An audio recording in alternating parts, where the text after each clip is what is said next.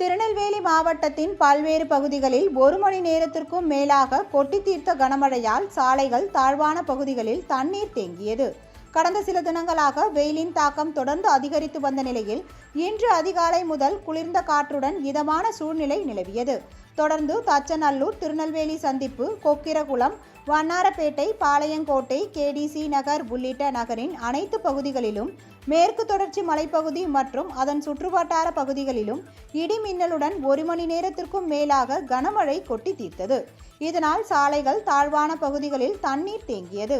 கனமழையின் காரணமாக குளிர்ந்த சூழல் நிலவியதால் பொதுமக்கள் மகிழ்ச்சி அடைந்தனர்.